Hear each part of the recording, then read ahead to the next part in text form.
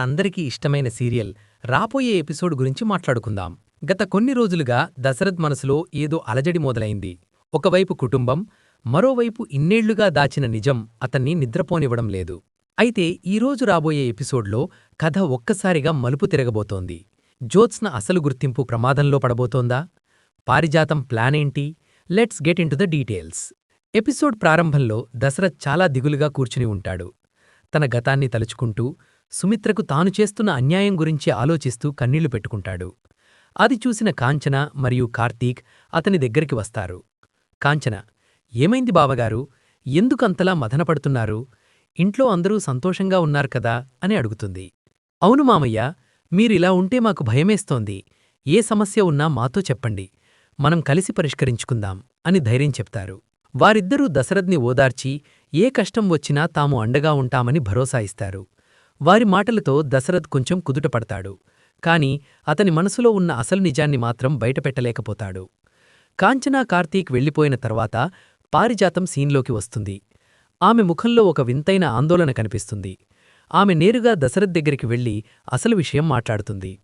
పారిజాతం హెచ్చరిక: దశరథ్, నువ్విలా భయపడుతూ కూర్చుంటే లాభం లేదు. జ్యోత్స్న మనవరాలిగా ఈ ఇంట్లో రాణిలా బ్రతుకుతోంది.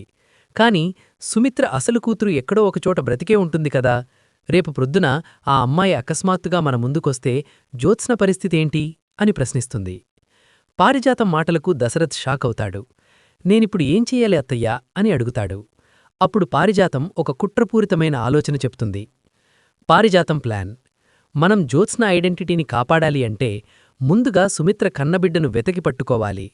ఆ అమ్మాయిని మన కళ్లముందే మన కంట్రోల్లో ఉంచుకోవాలి.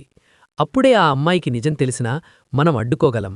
కానీ గుర్తుంచుకో, సుమిత్రగ్గాని జ్యోత్స్నగ్గాని ఈ విషయం తెలియకూడదు. ఆ అమ్మాయి ఎవరో తెలిసినా కూడా జ్యోత్స్ననే సుమిత్ర బిడ్డగా ఈ లోకం నమ్మాలి.